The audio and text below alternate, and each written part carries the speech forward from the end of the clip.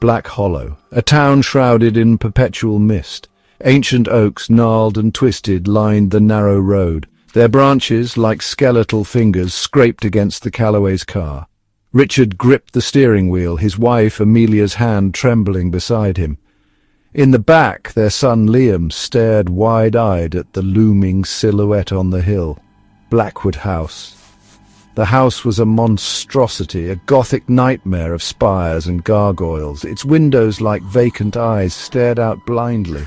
The stone facade was cracked and weathered, stained with the memories of countless storms. A shiver ran down Amelia's spine as they pulled up the overgrown driveway. The air grew heavy, thick with the silence of the grave.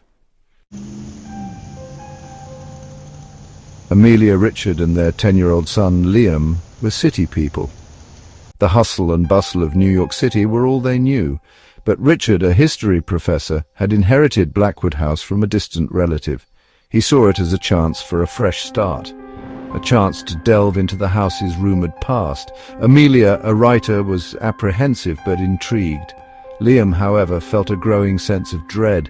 His young mind sensed something amiss. The moving truck rumbled away, leaving them alone with the silence. As Richard wrestled with suitcases, Amelia tried to instill a sense of optimism. "It's a beautiful old house, Richard," she said, her voice wavering. Liam, clutching his teddy bear, felt a cold spot on his cheek. He turned but saw nothing. The first few days were the hardest. Every creak of the floorboard, every sigh of the wind sent shivers down their spines.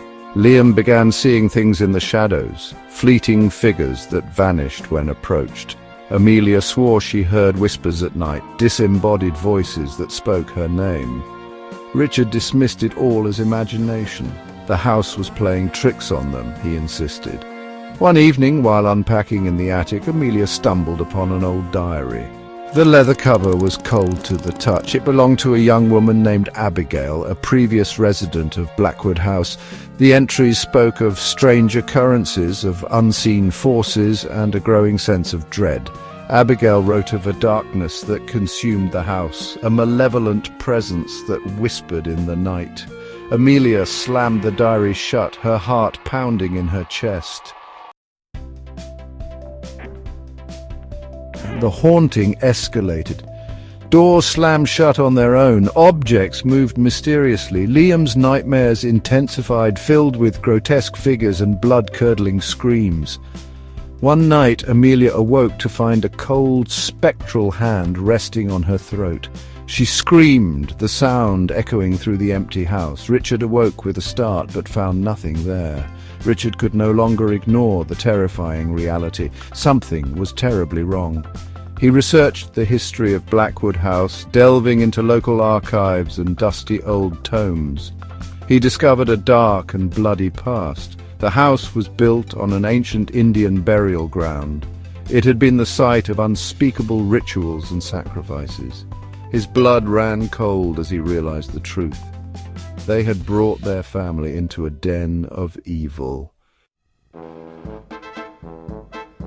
Desperate, Richard continued his research. He discovered a hidden compartment in the attic, concealed behind a loose brick. Inside, he found an ancient tome, bound in human skin. Its pages, filled with cryptic symbols and unholy incantations, spoke of a powerful entity trapped within the house. The book detailed a ritual, a dangerous and forbidden act that could potentially banish the evil.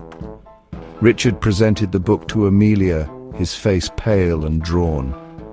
"This is our only hope," he said, his voice trembling. "We have to perform the ritual." Amelia, though terrified, knew he was right. They had to do something to save themselves and their son. The ritual was complex and dangerous, requiring specific ingredients and incantations. They gathered in the center of the house, the ancient book open before them. Liam, his face streaked with tears, clung to his mother. As Richard began to chant the words from the book, the house seemed to shudder and groan. The air grew thick with the stench of decay, and a bone-chilling cold settled upon them. Suddenly the candles flickered and died, plunging the room into darkness. A blood-curdling scream echoed through the house. Then silence. Richard fumbled for a match, his hand shaking uncontrollably. When he finally managed to light a candle, he gasped in horror.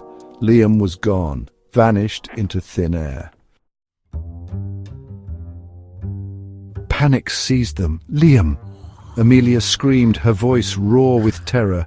At that moment, Liam materialized before them, his eyes vacant, his body surrounded by an unnatural glow. He spoke in a voice that was not his own, a deep, guttural voice that sent shivers down their spine. "This house is mine," the voice boomed. "You will never escape." Richard, driven by a primal fear he had never known, grabbed Amelia's hand and ran. They raced through the darkened hallways, the entity's laughter echoing behind them. They burst out of the front door and into the night, the cold air stinging their lungs. As they sped away, they could see the silhouette of Blackwood House against the horizon, its windows glowing an eerie red. The Calloways never returned to Blackwood House. They tried to rebuild their lives, but the experience left them scarred, haunted by the memory of what they had witnessed. Liam, though physically unharmed, was never the same. He refused to speak of that night, his eyes holding a perpetual look of fear. Blackwood House still stands, a testament to the darkness that resides within its walls. Locals whisper tales of the family that once lived there, and the horrors they endured. The house remains abandoned, a beacon for the curious and the foolish. But beware, for the curse of Blackwood House is real, and it waits for its next victims. The tale of Blackwood House serves as a chilling reminder that some places are best left undisturbed. The pursuit of knowledge and the allure of the unknown can lead us down dangerous paths, awakening forces that are best left slumbering. The echoes of past tragedies linger in these haunted spaces, a testament to the enduring power of fear and the darkness that resides within the human heart.